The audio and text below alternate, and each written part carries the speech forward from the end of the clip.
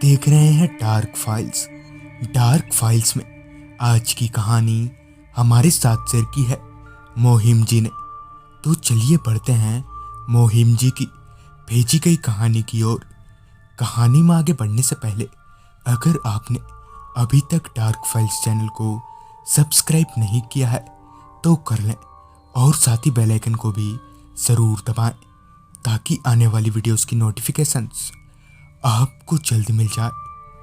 मोहिम जी बताते हैं कि घटना है साल 2003 की।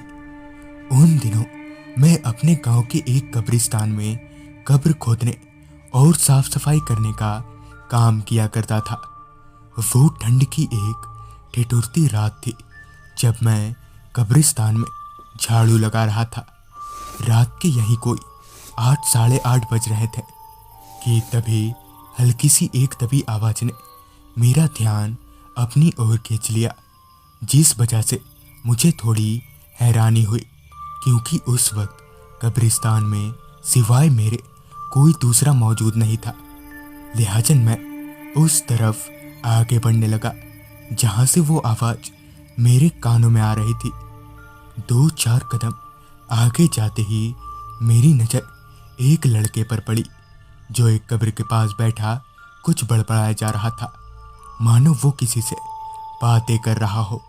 मैंने उस लड़के को फटकार लगाते हुए कहा, भाई साहब ये कब्रिस्तान है, कोई गार्डन नहीं, और यहाँ क्या कर रहे हैं आप इतनी रात को?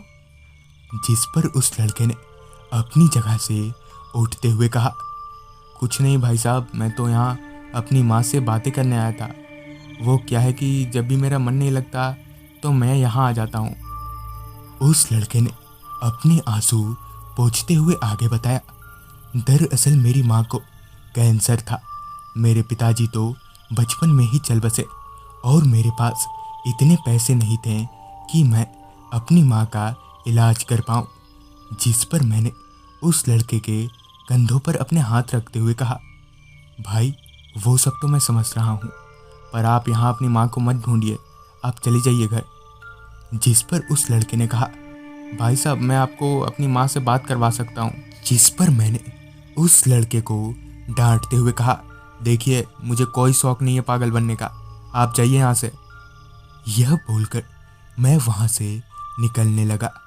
वहाँ से निकलते वक्त मैंने पीछे पलटकर देखा तो वो लड़का वापस उसी कब्र के पास बैठ गया जहाँ वो अभी थोड़ी देर पहले बैठा था, जिसे देखकर मुझे काफ़ी तेज गुस्सा आया। मैं वापस से उस लड़के के पास गया। तुम्हें एक बार में समझ में नहीं आता, कहाँ ना जाओ यहाँ से। मगर वो लड़का वहाँ से जाने को तैयार ही नहीं था।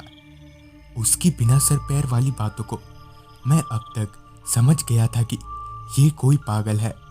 मेरे लाख समझाने के बाद जब वो लड़का वहाँ से जाने को तैयार हो गया, पर उसने जाते जाते बताया कि अभी कुछ देर बाद एक लाश यहाँ आएगी, तो आप प्लीज़ उस लाश को मेरी माँ के कब्र के बगल में दफनाना। यह बोलकर वो लड़का वहाँ से चला गया। ठीक थोड़ी देर बाद कब्रिस्तान में एक लाश आई। लिहाजन मैंने ठीक उसी लड़के के कहे मुताबिक उसी जगह पर कब्र खोदी। लाश को दफनाते वक्त जब मैंने उस लाश का चेहरा देखा तो मेरे होश उड़ गए। दरअसल ये लाश उसी लड़के की थी जो अभी थोड़ी देर पहले मुझसे बातें कर रहा था। मेरा दिमाग मानो सुन्न सा पड़ गया। उस ठिठुरती ठंड में मेरा माथा पसीना पसीना हो गया। कब्र को दफनाने के बाद मैंने उन लोगों से बात की जो उस लाश के साथ आए थे, तो उन्होंने बताया कि दरअसल इस लड़के की उम्र यही कोई 20-22 साल की ही रही होगी। इसके माँ के मर जाने के गम में इसने भी खुदकुशी कर ली। तो दोस्तों, ये थी मोहिम जी की भेजी गई कहानी। अगर आपके पास भी ऐसी कोई कहानियाँ हैं तो हमारे साथ ज़रूर शेयर करें। तो मैं आर्यन जल्दी ही मिलूँगा आपसे ऐसी ही एक खौफनाक कहानी के साथ।